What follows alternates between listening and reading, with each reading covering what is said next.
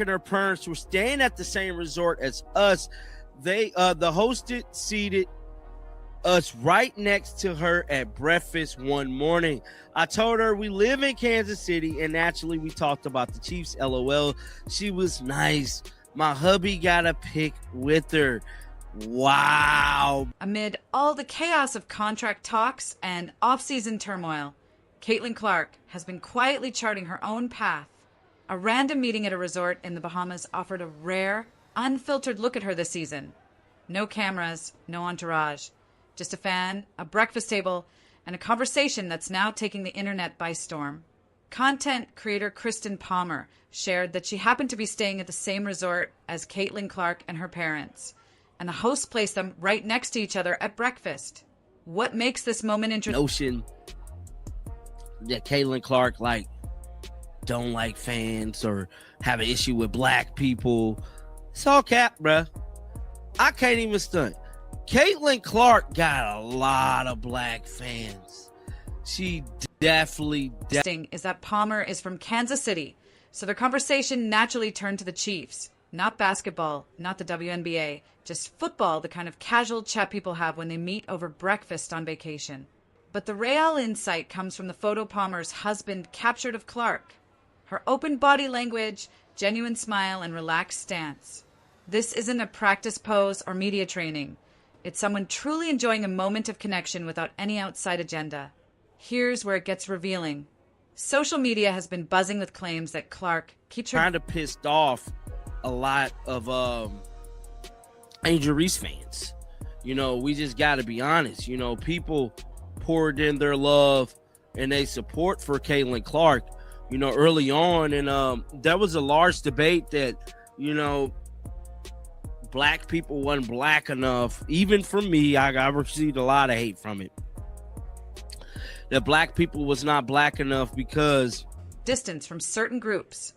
Specifically that she's distant around black fans or uneasy in some settings. This Bahamas breakfast completely contradicts that. Palmer, a black content creator, wasn't just met with polite acknowledgement.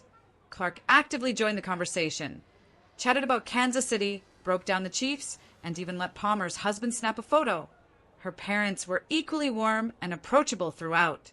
This moment paints the exact opposite picture of someone who chooses which fans get her attention. Let's break down what unfolded in Clark's rookie year. The criticism she received wasn't really about her performance. It centered on the people backing her. When she burst onto the WNBA stage, she drew in millions of new fans. Won the national championship. They didn't show love to her and all these different things, but end of the day, people fell in love with Caitlin Clark over her logo threes, the way she carried herself in pictures like this. I don't see very many pictures of Angel Reese with her fans. Now, I'm not one to pick on Angel Reese. I haven't talked about her in a mighty long time, but, that was a growing notion that you weren't black enough if you didn't support Angel Reese. Many of whom were black, captivated by her deep threes, her intensity, and her on-court presence. That surge of support sparked friction because some believed black fans were supposed to cheer for Angel Reese instead, as if rooting for Clark somehow conflicted with their identity. That debate became a real and widely discussed topic throughout the 2024 WNBA season. The whole idea is ridiculous when you think about it. Fans don't owe loyalty to anyone just because of demographics. They gravitate toward players they connect with, whose style they enjoy, and whose personality resonates. Clark built her following through outstanding basketball and by being genuine in the way she carried herself. Yet the debate over Reese versus Clark became racialized, even though neither player's actions had anything to do with it.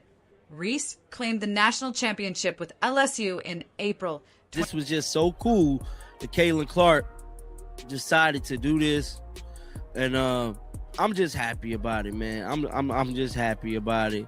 Now, we got a smidget of an update on CBA negotiations.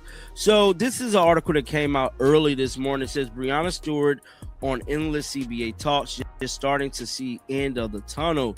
So Breanna Stewart is pretty much saying that we could be getting close to a deal on this CBA negotiation. 2023, and plenty of black fans celebrated that victory.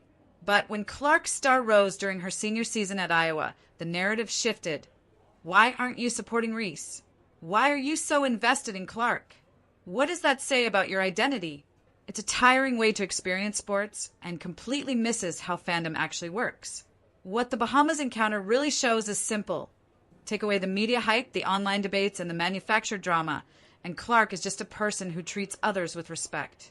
She didn't need to pause her vacation to chat with Palmer, dive into a genuine conversation about Kansas City and the Chiefs, or allow a photo with Palmer's husband. She did it because that's who she is when the cameras aren't there. Now, look at some other stars in the league. How often do we see Angel Reese in moments like this? Spontaneous interactions at restaurants or resorts where she takes time to genuinely connect. They're uncommon, not because she's unkind, but because her public image is carefully managed, shaped around brand deals and media appearances, rather than casual, unfiltered connections. Clark operates differently. She's president in the WNBA Players Union, which has been pushing for a bigger share of revenue. Stewart told reporters earlier this month that while the WNBA players have the ability to strike in our back pocket, no strike was present. In a recent interview with Front Office Sports, Stewart told her wife that my brain is hurting from the range and the complicity of the talks. Unfortunately, I wasn't an economic major. Simply living her life, and sometimes fans get a glimpse into it. That kind of authenticity is rare in professional sports, and it's exactly why her following is so devoted. They don't feel like they're being sold to. They feel like they're witnessing someone who genuinely loves the game and values the people cheering her on. Meanwhile, the league itself is moving in another direction. While Clark was enjoying her vacation, the WNBA and the Players Union have been locked in the most critical negotiations the league has ever seen. And according to Breanna Stewart, a resolution might finally be within reach. This matters because Stewart isn't just a star on the court. She's also a vice president of the WNBA Players Association and has been directly involved in these talks since the players opted out of their collective bargaining agreement on October 21st, 2024. That's 15 months of back and forth. Proposals, counterproposals, and constant attempts to close the possible, and we want to negotiate in good faith that the league we're hoping for some positive kind of change or reinforcement here. Now, these are some of the proposals that has been presented. Now, in December, the WNBA proposed a structure that offers players 70% of league revenue sharing with the salary cap of around $5 million. Later that month, the union sent the league a new CBA proposal that asks for 30% of its gross revenue and a gap between what the players believe they deserve and what the league says it can provide. Stewart even admitted the process is mentally exhausting, joking that she wasn't an economics major, yet she's doing everything she can to negotiate a fair deal while working in good faith that here's what's actually at stake. In December 2024, the WNBA offered a plan giving players 70% of league revenue sharing with a salary cap around $5 million per team. At first glance, 70% seems generous, higher than the NBA share. But the catch is that it applied to a narrowly defined revenue pool, excluding certain income streams. The Players Union immediately recognized that limitation and countered with their own proposal. 30% of gross revenue, not 70% of a restricted pot, and a salary cap closer to $10 million per team. Double the league's offer. The league responded sharply. ESPN reported that they believe the union's plan would create $700 million in losses over the deal's term, a figure large enough to jeopardize the league's stability. The central question is clear. Are the players overreaching, or is the league exaggerating its financial limits while keeping revenue details opaque? Yet to offer a counter to the proposal, but ESPN reported that the league believes the union proposal will result in $700 million in losses over the course of the deal. The sides agreed to 2 extensions, which we already know, and the latest one was on January 9th. Now, last week in Berlin, NBA Commissioner Adam Silver said the league hopes to launch a women's league in Europe. The WNBA has traditionally reported losses, but the lack of transparency has fueled distrust. Players don't fully believe the financials they've been shown, while the league contends that the players don't grasp the realities of running a professional sports operation. So far, both sides have agreed to extend the negotiation deadline twice, reflecting just how high the stakes and the tension remain. The latest extension came on January 9th, 2025, and it signals something crucial. Neither the league nor the players want a work stoppage.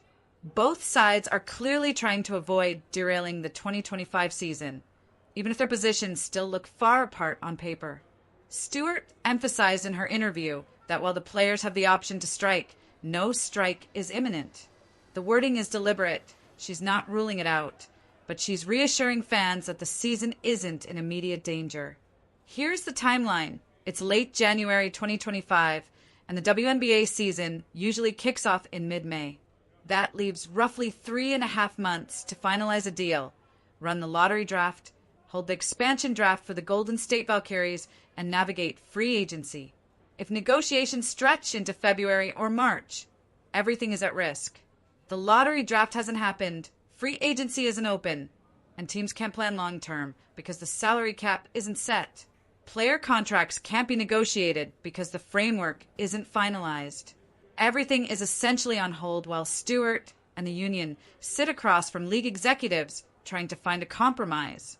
Adding another layer, NBA Commissioner Adam Silver recently spoke in Berlin about plans to launch a women's basketball league in Europe following the men's launch. He specifically mentioned looking for the right model for a WNBA-affiliated league.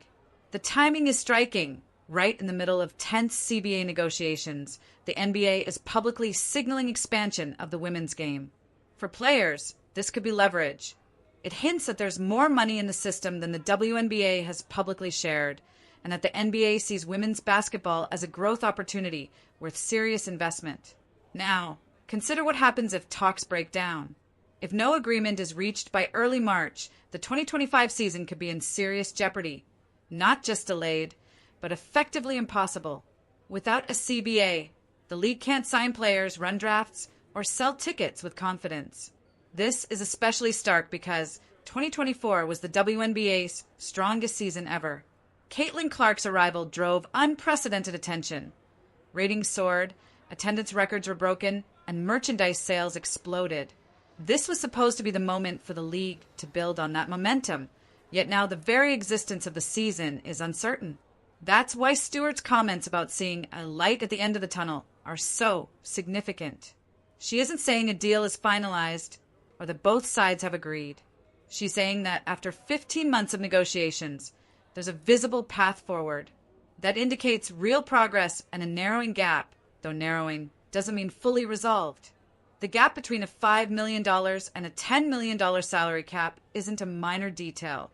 It's a fundamental clash over how the league's finances are structured.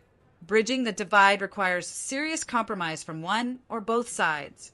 At the core, the players are asking for transparency, a fair share of the revenue they help generate, and the ability to sustain careers without relying on overseas play every offseason. Those aren't radical requests. They're standard expectations for professional athletes anywhere. On the other side, the league's concerns aren't unreasonable either. The WNBA has operated at a loss for much of its history, with the NBA subsidizing operations for decades. Even with 2024's growth, the league isn't yet profitable, and committing a larger share of revenue before it exists carries genuine financial risk. Right now, Caitlin Clark is in the Bahamas, enjoying breakfast and talking football with fans, while Breanna Stewart is in negotiation rooms, crunching revenue numbers and economic models. The season is less than 4 months away, and its fate remains uncertain. Clark represents the league's future, a star who genuinely connects with fans, drives ratings, and brings new attention to women's basketball. Stewart represents the present challenge, a veteran leader fighting for players to get their fair share of the success they've created. Both are critical to the league's growth. Clark needs a league that values and compensates players fairly, and Stewart needs stars like Clark to continue generating revenue and fan interest. That Bahamas photo captures the version of Clark her supporters have been defending all along. Kristen Palmer shared her experience, and the response was overwhelmingly positive. Fans loved seeing Clark relaxed and approachable, taking time to connect during her vacation, with her parents equally warm. This is the real Caitlin Clark. Not the villain some tried to paint her as during her rookie season, not standoffish or entitled, but a 22-year-old who loves basketball, values her fans, and treats people with simple human decency. The fact that this moment went viral highlights how distorted the conversation around her became. Her kindness became newsworthy because of the narratives layered on her rookie year. Racialized debates, arguments over fan loyalty, and criticism of her audience. The takeaway is clear. Clark will continue being herself, connecting authentically with fans and excelling on the court. The noise will persist because she's the league's biggest star, but the person beneath it all seems grounded. The WNBA, meanwhile, is at a pivotal moment. The outcome of the CBA talks will determine whether the league can build on 2024's momentum or squander it in a labor dispute. Stewart's optimism is encouraging, but only a signed agreement secures salaries and stability. In the coming weeks, here's what to watch. Any movement on the salary cap, if the league rises from $5 million or the players lower from $10 million. That's real progress. The specifics of revenue sharing, because 70% of a small pot is far less than 30% of a large one. The negotiation timeline. By mid-February, delays could threaten the season. And finally, the tone of public statements from players. Stewart has been measured and optimistic. Any shift toward frustration would signal trouble. The WNBA has an opportunity to get this right. Fairly compensate players while building a sustainable business, capitalize on 2024's unprecedented attention, and prove that women's professional basketball can be both culturally meaningful and financially viable. Achieving that requires good faith negotiations, transparency, and prioritizing long-term stability over short-term leverage. It's complex, with billions at stake over the life of the deal. Soon, Caitlin Clark will return from vacation, resuming training and preparing for her second season, ready to build on an extraordinary rookie year.